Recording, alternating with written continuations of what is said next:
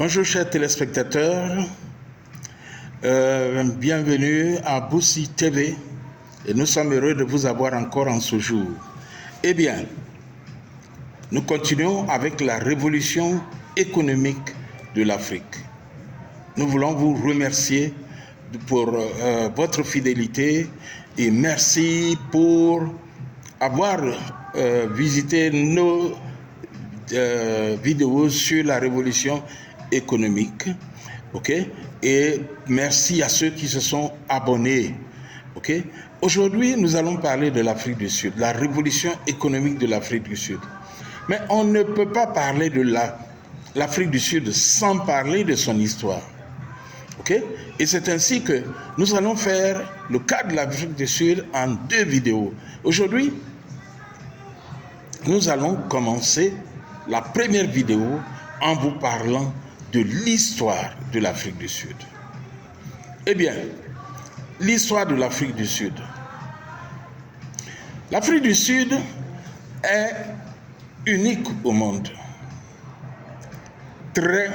Son histoire est très passionnante, tumultueuse, mais aussi complexe.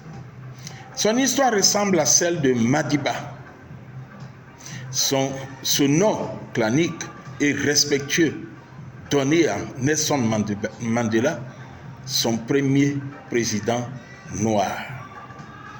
L'Afrique du Sud est l'un des berceaux de l'humanité.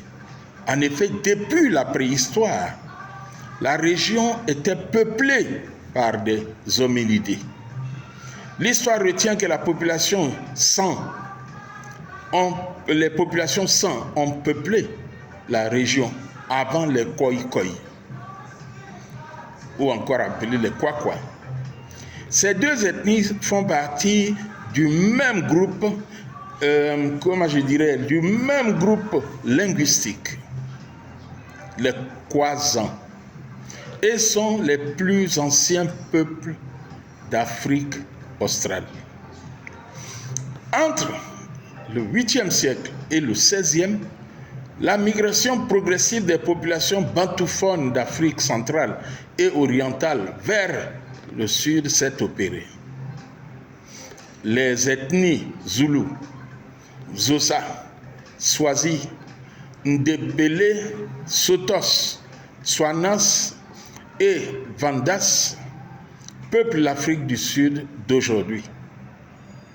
Sont les descendants de ces 2 migrants, de ces migrants bantous venus du nord.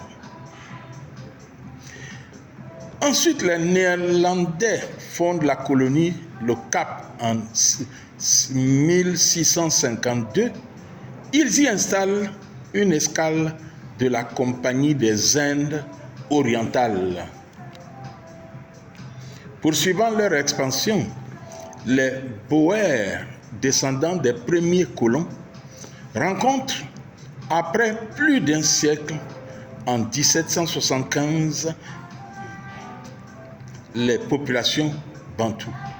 Donc ils ont passé 1 siècle, 100 ans, avant de rencontrer les premières populations bantoues.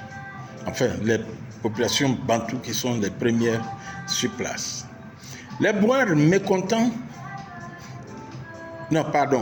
après une série de conflits anglo-boers et bantou-boers, le traité de Paris de 1814 attribue la colonie aux Britanniques qui abolissent l'esclavage en 1833. Ok? Très bien. Les Boers mécontents migrent alors vers le Transvaal et le Natal, aujourd'hui connu sous le nom de KwaZulu-Natal. Après la découverte d'or et de diamants sur ces territoires, les Britanniques leur déclarent la guerre en 1899 et remportent la victoire en 1902. L'Union sud-africaine est créée en 1910 avec 5 millions d'habitants. en 1911, les Afrikaners et les Britanniques mettent en place les premières lois de l'apartheid, ou encore appelé développement séparé. C'est-à-dire que les Blancs vont se développer à part et les Noirs vont se développer à part. Les mouvements de résistance de l'élite noire s'organisent alors en 1912. Et c'est ainsi que l'ANC, African National Congress, est né en 1923. Ainsi donc, nous mettons fin à cette vidéo sur l'histoire de l'Afrique du Sud. Eh bien, chers amis, si cette vidéo vous a plu, cliquez sur la cloche de notification pour ne pas rater la suite où nous parlerons de la révolution économique de l'Afrique du Sud. Et puis, invitez vos amis, partagez la vidéo au maximum et invitez vos amis, à s'abonner à Boostich TV. Nous continuerons de parler pendant un certain nombre de mois de la révolution économique de l'Afrique. Et vous avez une part, une responsabilité, une contribution à faire pour la révolution économique de l'Afrique. En partageant la vidéo, vous amenez plus d'Africains à réaliser qu'ils ont une part aussi à jouer dans la révolution économique de notre continent. C'était Boostich TV.